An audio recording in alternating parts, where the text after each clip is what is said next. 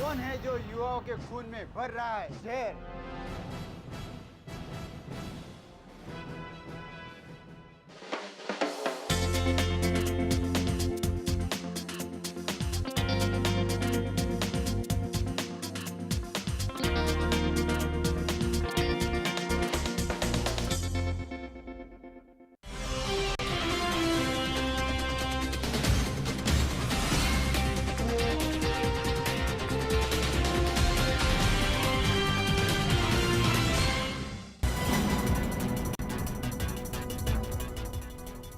BJP के कार्यकाल पर अमित शाह की भविष्यवाणी। कार्यकारिणी की बैठक पर बोले अमित शाह, कहा 10 से 20 साल तक रहेगी बीजेपी सरकार।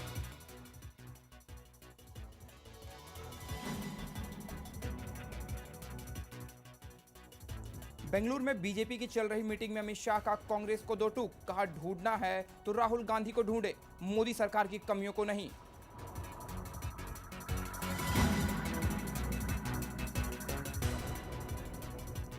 स्मृति ईरानी के गोवा के चेंजिंग रूम में मिला खुफिया कैमरा। 4 लोगों को पुलिस ने गिरफ्तार कर शुरू की जांच। गोवा के मुख्यमंत्री पारिकर ने की स्मृति ईरानी से बात।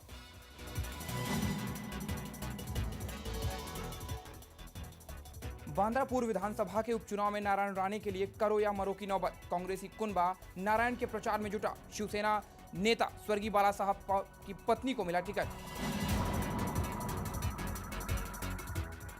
और ताजमहल का पूरे दिन का दीदार करना हुआ मुश्किल। ताजमहल से भीड़ कम करने के लिए सरकार की नई पहल। मात्र 2 घंटे के लिए होगी ताज की वैधता।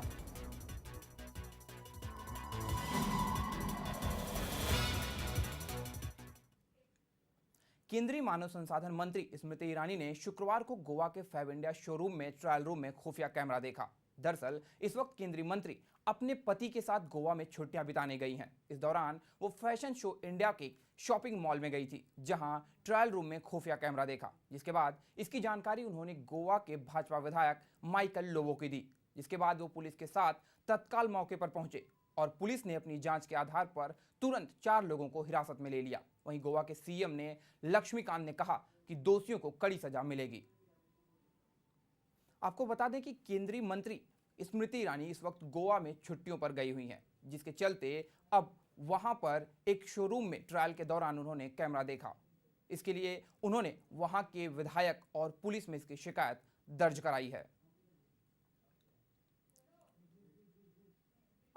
आपको बता दें कि केंद्रीय मंत्री स्मृति ईरानी अपने पति के साथ वहां अपनी छुट्टियां बिताने गई थी, जिस दौरान उन्होंने फैब इंडिया शोरूम में अपनी शॉपिंग करने के लिए गई। लेकिन उस दौरान ट्रायल रूम में लगे एक खुफिया कैमरे पर उनकी नजर पड़ी, जो इस वक्त पुलिस ने उस कैमरे की जो डीवीडी, उस कैमरे की हार्ड डिस्क को जब्त कर लिया है। और पुलिस का कहना है कि उस कैमरे में तस्वीर आधी दिख रही है। हालांकि अभी तक पुलिस ने उस कैमरे को, उस जो तस्वीर है स्मृति ईरानी को, उसको सामने नहीं किया है। इस पूरे मामले पर अब तक 4 लोगों की गिरफ्तारी हो चुकी है। और वहीं गोवा के सीएम, जो इस वक्त बेंगलुरु में कार्यकारिणी की बैठक में गए हुए हैं, उन्होंने कहा कि दोषियों को कड़ी से कड़ी सजा मिलेगी।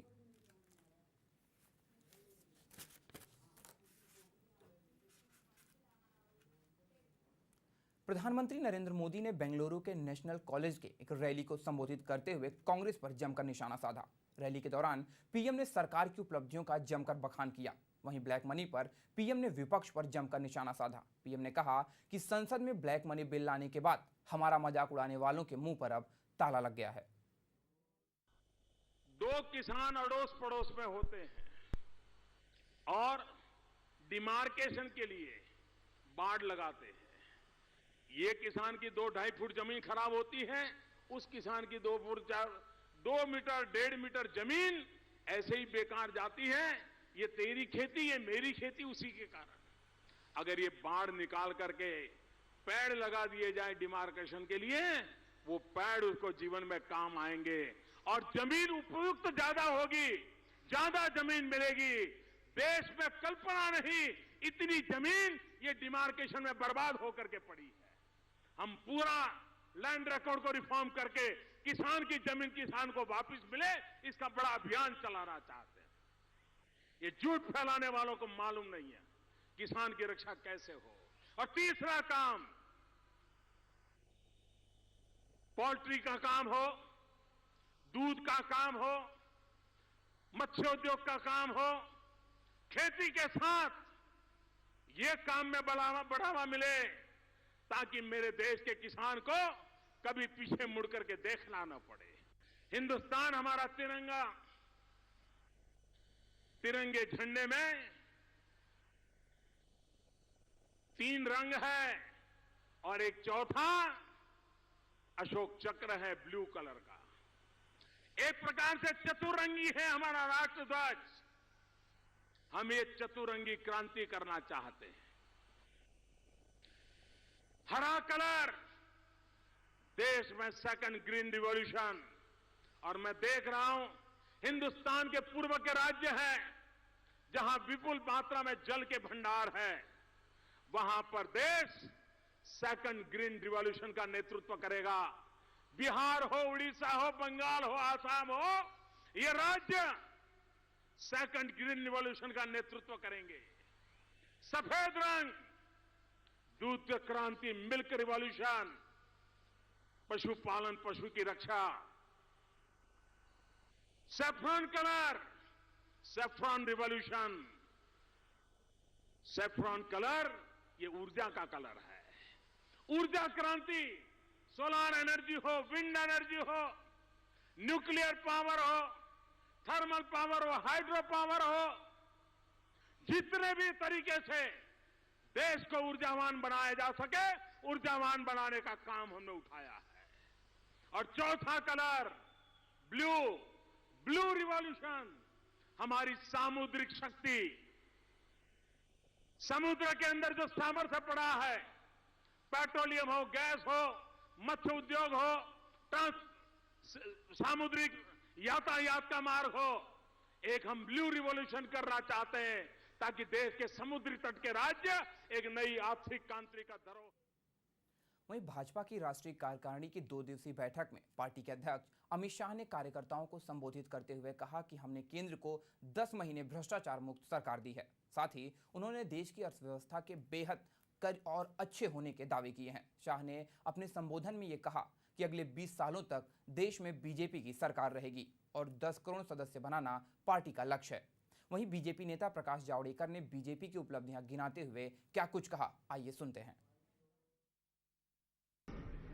क्योंकि प्रधानमंत्री नरेंद्र मोदी जी का यह हमेशा आग्रह रहा कि भाई हर बार केवल चुनाव लड़ना राजनीति नहीं है, हर बार केवल राजनीति ही करना राजनीतिक पार्टी के कार्यकर्ताओं का काम नहीं है।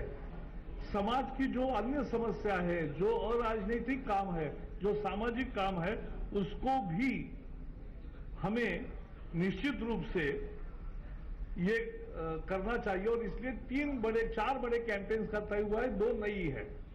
पहली बड़े कैंपेन है कि हमारे कार्यकर्ता जो मानवीय शौच हाथ से उठाने का, साफ करने का जो काम करते हैं, ऐसे आज भी 23 लाख परिवार हैं। या हमारे आजादी के बाद 67 साल होने के बाद भी आज जिस तरह का ये एक दाग है समाज पर, इसको अगर मिटाना है तो उनको दूसरे व्यवसाय में स्थापित करना पड़ेगा। और इसलिए हमारे कार्यकर्ता ऐसे 23 लाख परिवारों तक जाएंगे। सरकारी योजना का लाभ उनको मिला है कि नहीं वो देखेंगे। उस परिवार की स्थिति को देखकर उनको और क्या लाभ दे सकते हैं, इसको उनको जोड़ेंगे और उनमें कौशल विकास से लेकर बाकी सब स्कीमों का फायदा लेकर उनको दूसरे व्यवसाय में अच्छी तरह से स्थापित करें, ताकि वो ये व्यवसाय न करना पड़े। ये व्यवसाय, ये महात्मा गांधी जी ने भी कहा था कि ये हमारे मानवता पर कलंक है कि ऐसे हमारे लोगों को काम करना पड़ता है। और इसलिए उससे मुक्त करने का एक बड़ा काम पार्टी सक्रियता से करेगी। ये राजनीति से ऊपर है, इसमें सबका स्वागत है। और दूसरा है बेटी बचाओ बेटी पढ़ाओ। ये भी कार्यक्रम बहुत महत्वपूर्ण है। इसमें तो पुरुषों की संवेदना को भी दुरुस्त करना की जरूरत है। एक नया संवेदनशीलता इस विषय की देने की जरूरत है। और बेटी की भ्रूण हत्या न हो, बेटी की पढ़ाई अच्छी हो, उसका भविष्य अच्छा बने, वो संबल और सक्षम बन के बहुत अभिमान से समाज में जिए। बीजेपी की राष्ट्रीय कार्यकारिणी की बैठक में प्रकाश जावड़ेकर ने बीजेपी को देश की सबसे बड़ी पार्टी बताया और कांग्रेस पर निशाना साधते हुए उन्होंने कहा कि कांग्रेस पहले अपने गिरेबान में झांक कर देखे। पक्ष आज हताश है, निराश है, दिशाहीन है। जो हमारे है नहीं ऐसे कमियों को ढूंढ रहा है, जो दोष है नहीं उसकी बात कर रहा है।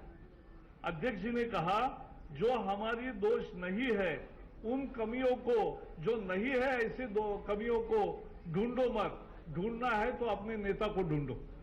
राजनीति में इतनी बड़ी विजयों के बाद एक जगह विजय नहीं मिला, उसका विश्लेषण और उससे सबक सीख कर आगे आना ये दिल्ली की हमारी इकाई करेगी। और उन्होंने कहा कि विजयों से हमें अहंकार नहीं आता और पराजय से हम निराश नहीं होते। सबसे बड़ी पार्टी आज देश की बनी है भारतीय जनता पार्टी, जिसके 9.25 करोड़ सदस्य हुए हैं और जल्दी ही हम 10 करोड़ का लक्ष्य पार करेंगे। तो उनको सबसे बड़ी पार्टी बनने के सफलता के लिए सभी कार्यकर्ताओं की ओर से उनका बधाई। वहीं भाजपा की राष्ट्रीय कार्यकारिणी की बैठक पर निशाना साधते हुए बिहार के मुख्यमंत्री नीतीश कुमार ने क्या कहा, आइए वो भी सुनते हैं। जितना मीटिंग कर लें यहाँ कुछ हाथ नहीं आने वाला है। चलिए, जितना मीटिंग कर लें यहाँ कुछ हाथ नहीं आने वाला है। बीजेपी की राष्ट्रीय कार्यकारिणी की 2 दिवसीय बैठक में बेंगलुरु में चल रही है। इस मौके पर कांग्रेस नेता बीके हरिप्रसाद से खास बातचीत की हमारी संवाददाता अनीशा ने। कांग्रेस महासचिव बीके हरिप्रसाद जी हमारे साथ हैं। सर, बेंगलोर में बीजेपी की राष्ट्रीय कार्यकारिणी की बैठक हो रही है, ऐसे में कहीं ना कहीं कांग्रेस शासित राज्यों में बीजेपी की अब नज़र दिख रही है। कर्नाटक में येदियुरप्पा कमान संभाल सकती है, ऐसे में क्या कहना है?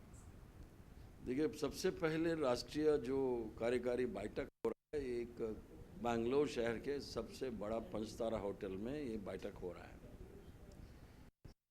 अगर भारतीय जनता पार्टी सरकार को या पार्टी को किसान या गरीब या मजदूर, महिला, नौजवानों के बारे में सोचना है तो वो जगह नहीं है। देश के प्रधानमंत्री खुद बोलते हैं तो उसका खून में बिजनेस है। सो इसके मतलब ये लोग कोई राष्ट्र हित में जाके लोग नेशनल एग्जीक्यूटिव नहीं कर रहा है। भ्रष्टाचार को ताजपोशी करने का बात हो रहा है उधर, येदियुरप्पा को वापस लाने का। इसके मतलब भ्रष्टाचार को ताजपोशी करने का है। राष्ट्रीय कार्यकारिणी की बैठक में बीजेपी अध्यक्ष अमित शाह ने कहा कि मोदी सरकार में जो है भ्रष्टाचार कम हुआ है। दूसरी तरफ कर्नाटक में येदियुरप्पा को कमान संभालना है, तो ऐसे में भ्रष्टाचार कम होने की बात भी कर रहे हैं, येदियुरप्पा को कर्नाटक में लाने की भी बात कर रहे हैं। देखिए, अमित शाह कहना ही है क्योंकि भारतीय जनता पार्टी है। जो चाय बेचने वाला जो बाराक ओबामा आया, उसको चाय देने के लिए 10 लाख सूट जब पहनता है, भ्रष्टाचार कितना कम हुआ है वो मालूम हो जाता है। अब थोड़ा 1 साल हुआ है, कोई अभी तक कोई अच्छा काम नहीं किया है लोगों ने। ये बता दे ये लोग कौन सा क्षेत्र में ये लोग अच्छा काम किया है। कोई क्षेत्र ऐसा नहीं है उधर अच्छा काम हुआ है। चलो भाषणबाजी में चल रहा है और प्रधानमंत्री किसी का सुनता नहीं और उसका मुंह बंद नहीं होता है। बाकी राष्ट्रीय कार्यकारिणी की बैठक में भूमि अधिग्रहण बिल को लेकर भी जो है चर्चा होने वाली है, जहां हर तरफ विवाद हो रहा है। गैर भाजपा पार्टियां इसका विरोध कर रही है, वही लगातार किसान हित में बताने की कोशिश कर रही है भाजपा सरकार। देखिए, इन लोगों का पॉलिटिकल एजेंडा जो है भारतीय जनता पार्टी का, ये किसान विरोधी है, मजदूर विरोधी है, महिला विरोधी है। ये हमेशा इन लोगों का पॉलिटिकल एजेंडा देख लीजिए। कोई गरीब या किसान या मजदूरों का मुद्दा लेके लोग गए नहीं हैं, इसलिए ये राष्ट्रीय कार्यकारिणी टोटल फेलियर है। एक आखिरी सवाल सर, पश्चिम बंगाल और बिहार में चुनाव होने हैं, ऐसे राष्ट्रीय कार्यकारिणी की बैठक में जो है बिहार और पश्चिम बंगाल पे नज़र है, ऐसे में कांग्रेस अपनी तरफ से क्या कुछ तैयारी कर रही है? बिहार और वेस्ट बंगाल जो है हमारे महामंत्री सीपी जोशी देखते हैं, जो तैयारी पूरा ढंग से हो रहा है उधर। तो ये थे बीके हरिप्रसाद जी, जिन्होंने कहा जिस तरीके से राष्ट्रीय कार्यकारिणी की बैठक में तमाम जो मुद्दे उस पर बातचीत करी, उसको देखते हुए ऐसा लग रहा है कि भ्रष्टाचार की ताजपोशी की जा रही है। कैमरा पर्सन यादव शर्मा के साथ अनीशा गांगुली, चैनल 1 न्यूज़, दिल्ली। सोनिया गांधी के खिलाफ केंद्रीय मंत्री गिरिराज सिंह की आपत्तिजनक टिप्पणी को लेकर कांग्रेस बेफरी हुई है। कांग्रेस ने गिरिराज के खिलाफ मोर्चा खोल दिया। मुंबई में भी इनके खिलाफ प्रदर्शन किया गया। इसके साथ ही बेंगलुरु में भी भारी विरोध प्रदर्शन जारी है। कांग्रेस अध्यक्ष संजय निरुपम की अगुवाई में कांग्रेस कार्यकर्ता ने प्रदर्शन किया। हालांकि पहले मुंबई में प्रदर्शन अंबेडकर स्मारक में भूमि पूजन में पीएम मोदी के नहीं आने को लेकर होना था, लेकिन एक नया मुद्दा मिलने के बाद अब कांग्रेस ने गिरिराज के आपत्तिजनक बयान को लेकर पूरे भारत में प्रदर्शन शुरू कर दिया है। श्री नरेंद्र मोदी जी मुंबई आ रहे हैं और इस इलाके में आ रहे हैं और उनका काला झंडा दिखाकर हम विरोध प्रदर्शन कर रहे हैं। काला झंडा दिखाकर विरोध प्रदर्शन करने के कई कारण हैं। प्रमुख बात यह है कि मुंबई में रहने वाले जो राशन कार्ड होल्डर्स हैं, खासकर APL ration card holders, APL ration card धारक, उनको जब से भारतीय जनता पार्टी की सरकार आई है तब से अनाज नहीं मिल रहा है, अन्न धान्य नहीं मिल रहा है। और इसका कारण यह है कि केंद्र सरकार ने नवंबर महीने से राज्य सरकार को अनाज देना बंद कर दिया है। हम नरेंद्र मोदी जी से डिमांड करते हैं कि मुंबई में और महाराष्ट्र में रहने वाले लगभग 1.5 करोड़ के आसपास ऐसे परिवार हैं जो राशन की दुकानों से अनाज नहीं पा रहे हैं, उनको अनाज देने का इंतजाम करके दीजिए। और आखिरी बात, देश में महंगाई बढ़ रही है। काला धन के नाम पे जो उन्होंने वादा किया था वो वादा एकदम झूठा साबित हुआ। इन तमाम मुद्दों पे आज नरेंद्र मोदी जी के खिलाफ मुंबई कांग्रेस के कार्यकर्ता और मुंबई महिला कांग्रेस के कार्यकर्ता की तरफ से हम सभी लोग अपना निषेध और विरोध प्रदर्शित करने के लिए आए। हिंदू मिल के ऊपर जो भारत रत्न परम पूज्य बाबा साहब अंबेडकर का अंतर्राष्ट्रीय दर्जे का भव्य दिव्य इस प्रकार का स्मारक स्थापित हो, उसके लिए हिंदू मिल की जमीन ला करके हम लोगों ने सरकार को दी। आज उसके भूमि पूजन का वक्त जब निर्धारित हुआ 14 अप्रैल, जब बाबा साहब जी का जयंती होता है, तब मुख्यमंत्री बड़े बेशर्मी से और बड़े बेदर्दी से ऐसी घोषणा करते हैं कि उस दरमियान प्रधानमंत्री और मुख्यमंत्री दोनों को विदेश दौरे पे रहना है, इसलिए उस स्मारक का भूमि पूजन नहीं होगा। ये बाबा साहब का अपमान है। हम प्रधानमंत्री से डिमांड करेंगे कि आप अपने विदेश दौरे को रिशेड्यूल करिए, उसमें बदलाव लाइए और 14 अप्रैल को आप स्मारक का भूमि पूजन करिए, उससे पहले कर लीजिए। अगर नहीं करेंगे तो हम सब कांग्रेस के कार्यकर्ता वहां जाएंगे और इंदू मिल में जो प्रस्तावित स्मारक है आदरणीय बाबा साहब अंबेडकर जी का, उसका स्वयं। कांग्रेस अध्यक्ष सोनिया गांधी पर गिरिराज सिंह द्वारा की गई टिप्पणी को लेकर यूथ कांग्रेस के प्रेसिडेंट राजा बराज से हमारी संवाददाता अनीशा ने की कुछ खास बातचीत। यूथ कांग्रेस के प्रेसिडेंट राजा बराज जी हमारे साथ है। सर, जिस तरीके से गिरिराज सिंह ने मैडम सोनिया के ऊपर बयानबाजी की, प्रदर्शन हुआ, लेकिन अब नहीं लगता कि मैटर को शांत हो गया है? शांत नहीं हुआ है, अभी कोई मैटर शांत नहीं हुआ है। शांत उस दिन होगा जिस दिन गिरिराज सिंह सोनिया गांधी जी के पांव पकड़ के माफी मांगेंगे और जिस दिन उनको से इस्तीफा लिया जाएगा और भाजपा से बर्खास्त किया जाएगा। हम अपनी लड़ाई लड़ते रहेंगे और मैं ये कहना चाहता हूं कि भैया अपनी जुबान पर लगाम दो, नहीं तो यूथ कांग्रेस को आता है कि उनकी जुबान बंद करना जानते हैं और कर देंगे।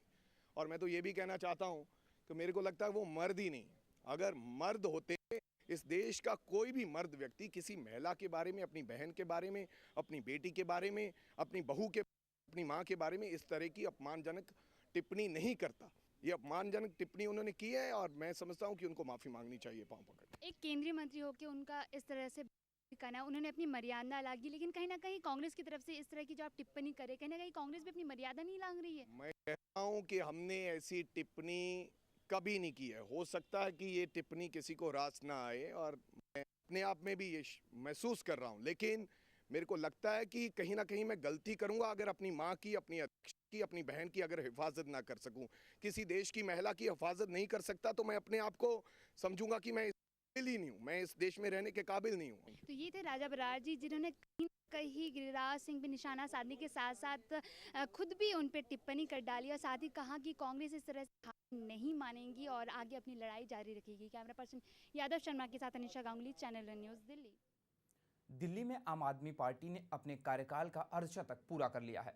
दिल्ली में पिछली बार बनी आम आदमी पार्टी की सरकार महज 49 दिन में ही सत्ता में रह पाई थी। इस दौरान हमारी संवाददाता ने आपके विधायक कपिल से खास बातचीत की।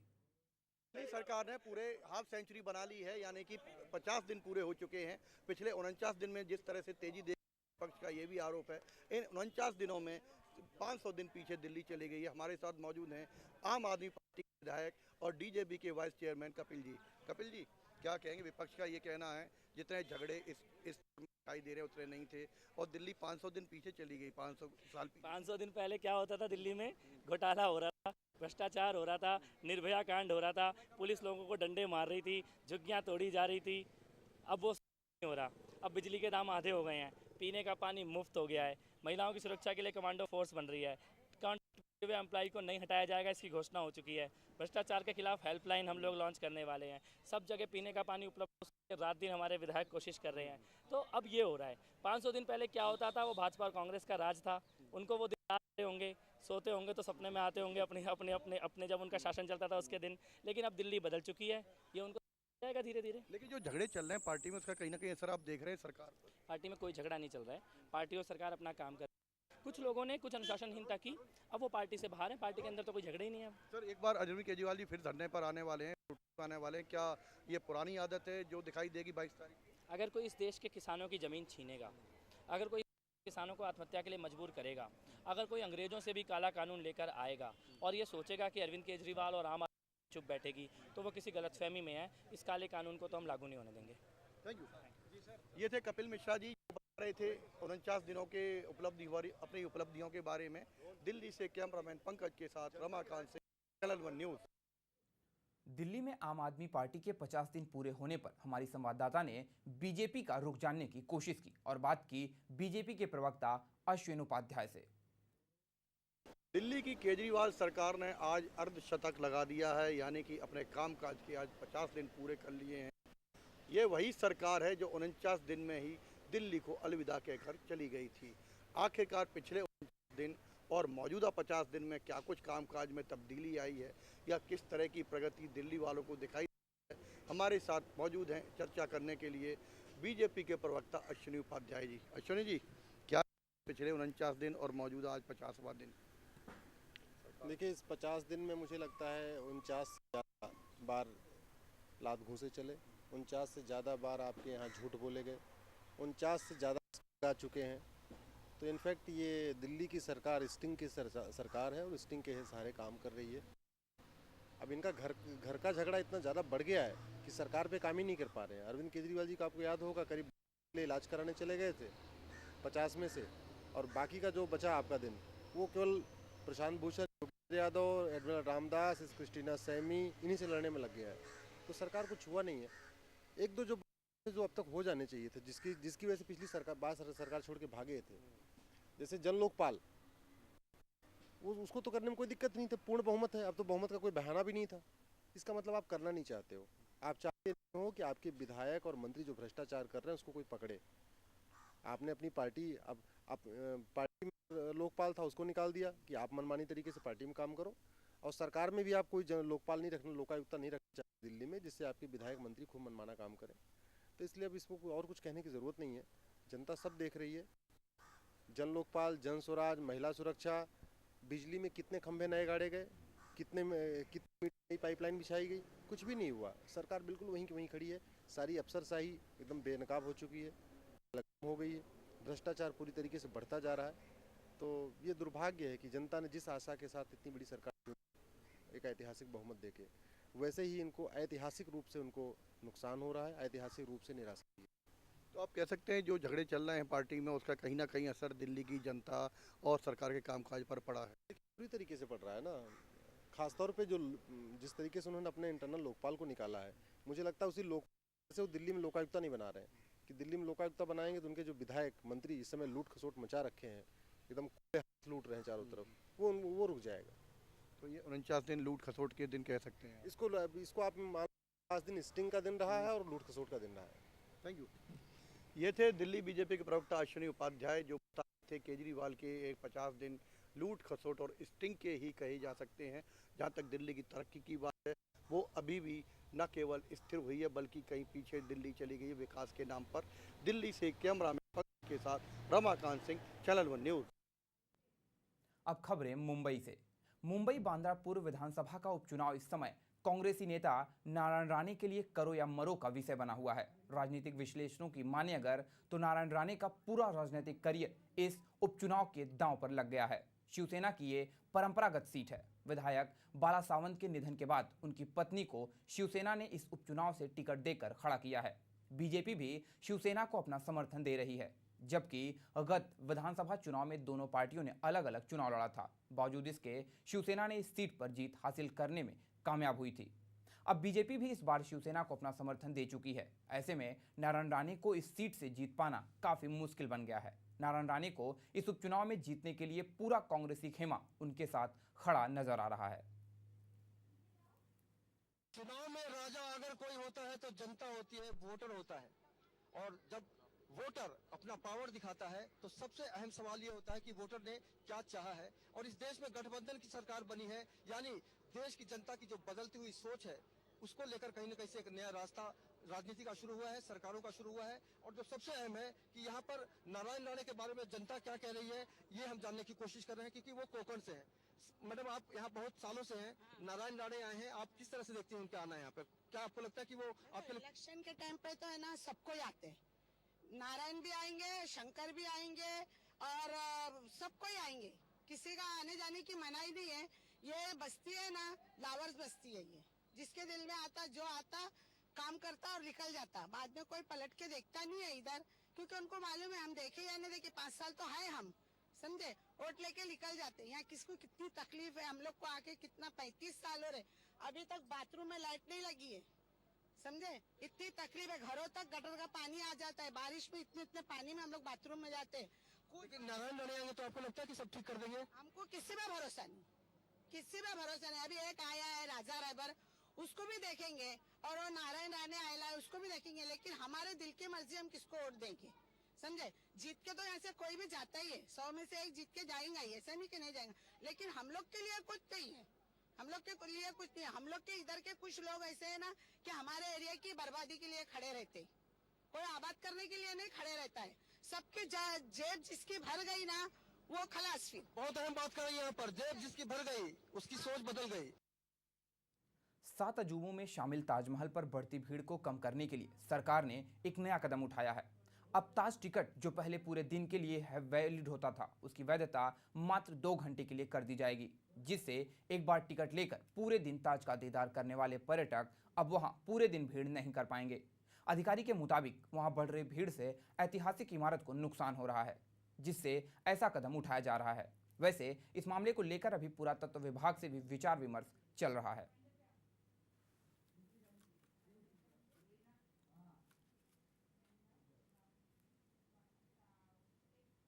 फिलहाल इस बुलेटिन में बस इतना ही। आप देखते रहिए लेमन न्यूज़। नमस्कार।